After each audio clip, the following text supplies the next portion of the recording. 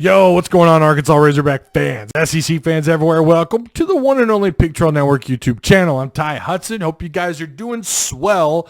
If you would, either now or at the end of the video, like, comment, check out the description box down below.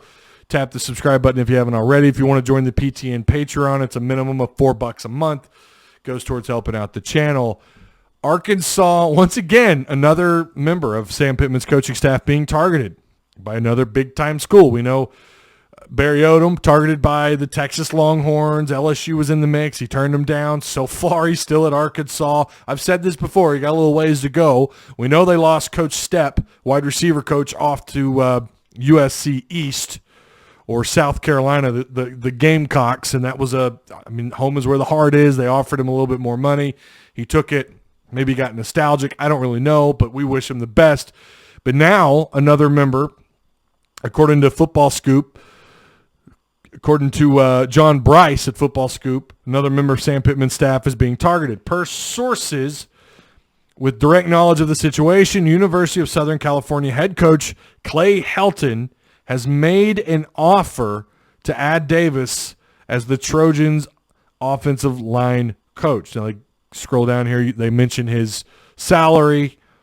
Davis has an annual salary at Arkansas of $550,000 a year per published reports at the time of Davis's hiring. Am I a little bit surprised that he's the next one to be targeted off this staff? A little bit, yeah. You guys know me. I'm a straight shooter. I'm just going to tell you what I saw this year, and especially the first half of the year. There was no run game, no push up front on the offensive line, and Felipe Franks, well, he got murdered. The guy got he was pressured quite a bit.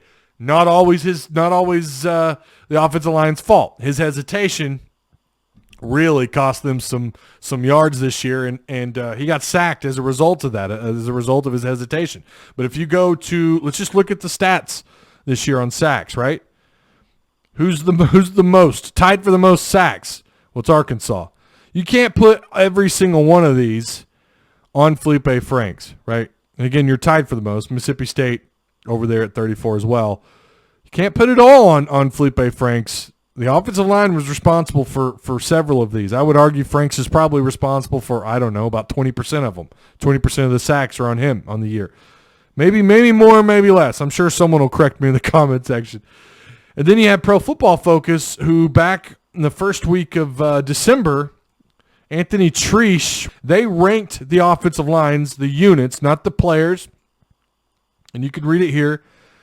Below you will find every single FBS offensive line ranked 1 to 127. Please note these rankings have nothing to do with NFL potential on the roster. They are also not solely based on 2020 PFF grade or 100% indicative of future play. Several factors went into these rankings, including level of competition, blah, blah, blah. You got to scroll way down. Arkansas's at 59th. As eventually we'll get there, behind LSU at 59th. The Razorbacks offensive line is aided significantly by Kendall Briles, his play action heavy offense. They have dropped back into a true pass set at the lowest rate in Power 5 in 2020 at 15.5%. And yet they still gave up a lot of sacks. Again, I'm not putting it all on the offensive line. Brad Davis only had so much to work with, right? He walked in. He was handed this situation. And I think he kind of knew what he was walking into a little bit. And he's under Sam Pittman, who's arguably one of the best offensive line coaches in college football, up until, the day he took the job at Arkansas. So I like him. I do like Brad Davis a lot. And this just shows, with USC showing interest, that he was a good hire.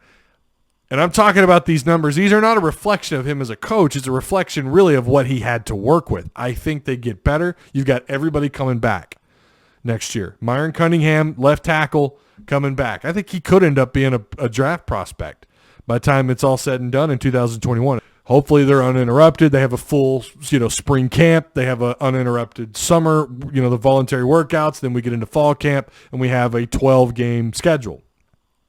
A full 12-game schedule. I think they're going to be better up front, and I hope they can keep Brad Davis. I like him a lot. I was a little bit surprised, though. I thought maybe Coach Rhodes, what he did with the linebackers, I really thought he'd be the next guy targeted. I really did. I had this conversation with a friend of mine. I said, Rhodes, if I had to guess, and this was after Barry Odom, turned down the Texas job, I was asked, friend and I got into this conversation about the next coach being targeted, and I said, I think it'll be Rhodes. I'm wrong. It's Brad Davis. Again, I think they're going to be better next year. I hope they can keep him. Give him a raise if you can afford it to keep him. I think he's worth keeping around. So, yeah. What do you guys think? Let me know down below in the comments section. I'm curious your thoughts on the subject, on the video. So, yeah. Remember, like, comment, share, subscribe if you haven't already.